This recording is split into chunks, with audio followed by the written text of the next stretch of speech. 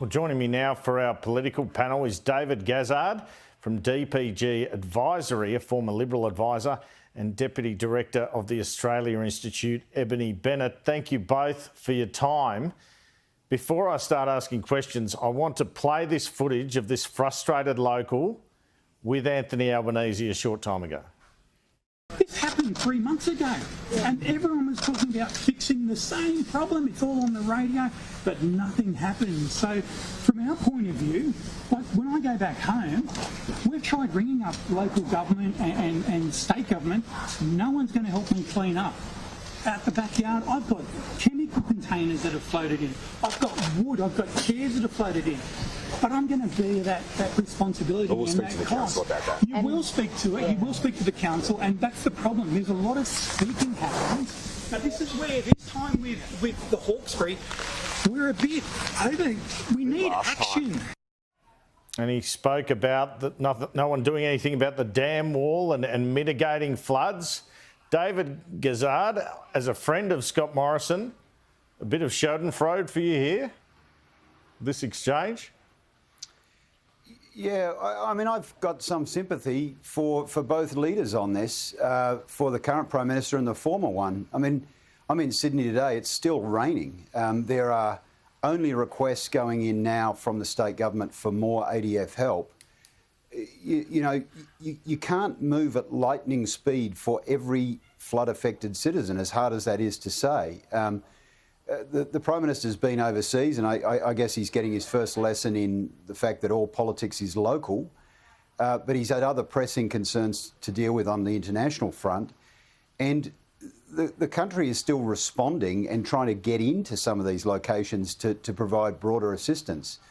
So I accept the frustration in the guy. It would be a terrible situation to be in, but there is literally a pace that governments of either persuasion can move in. The state government here, which has control of emergency management, and for the response to come in that he's sought out of the federal government. So it's, people have got to sort of expect people to be working in human times that are possible, right? And cleaning up the guy's drums in his backyard is probably not the first priority of either level of government. No, I mean, he was talking also about the dam wall and that sort of thing, David. But I did want to ask you, what do you make of the criticism of Anthony Albanese's overseas travel? Has he got it right? Is he overdoing it? What do you think? Well, I mean, the Prime Minister's, as I just said, he's getting a wake-up call into the fact that people care about their own backyards, literally in this case, more than they do in some cases around diplomacy overseas. So, do I think there is a pressing need to go overseas and to represent Australia at those fora? Clearly, there is. Is there a pressing case politically for you to be working in the interests of the people that elect you in New South Wales and across Australia when there's a crisis? And the answer there, of course, is yes. It's a matter of relative balance, and it's pretty hard to respond to a flood when you're literally in Europe. The bloke's come back today. He's on the case with the New South Wales Premier.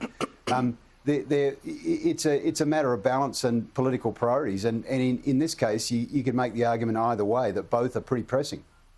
Well, Ebony Bennett, what's your view on this? Was Scott Morrison treated the way he should have been over the Hawaii trip, or was it a bit unfair for him, or is it fair enough for both sides to cop it? What's your view?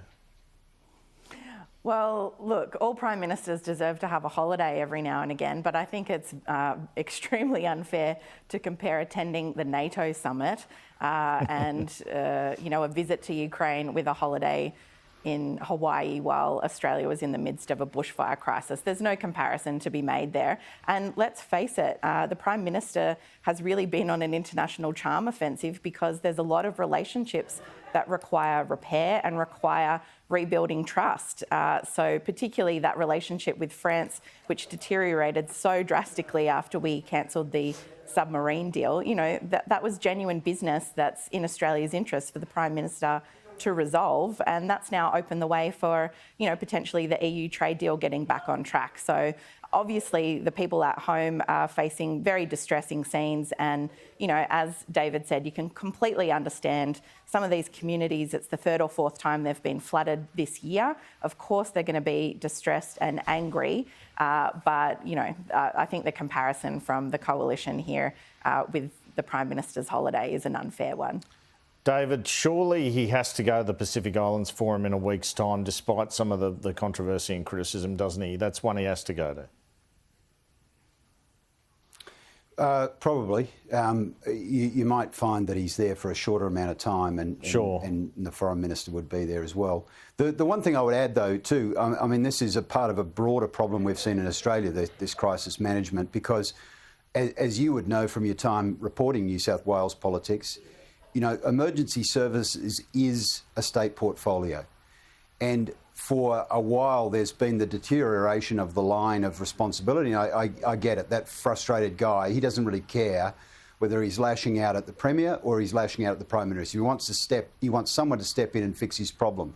And this is part of a broader situation we're seeing where there's an erosion of accountability between the portfolio responsibilities of different levels of government. And so, you know, the reality is it really is a situation for New South Wales to resolve with the help where necessary of the federal government.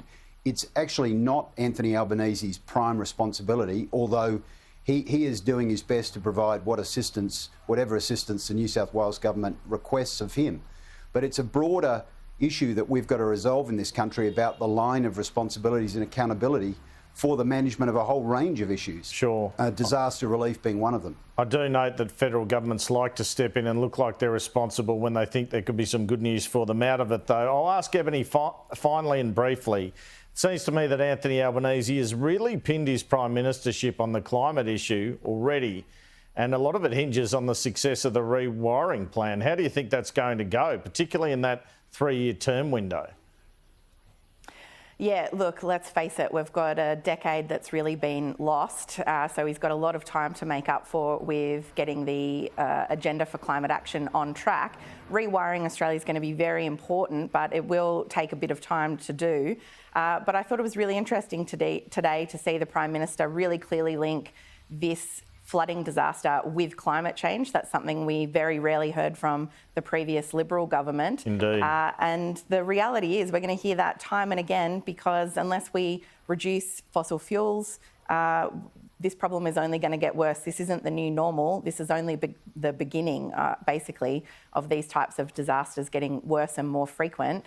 So, yeah, a huge amount of work to be done here, but I think people can be reassured that this is a government that takes climate change seriously and is not just looking at reducing emissions, but also adaptation, resilience, and a range of other things as well. So, huge amount of work to be done, but at least they know that there's a problem to resolve.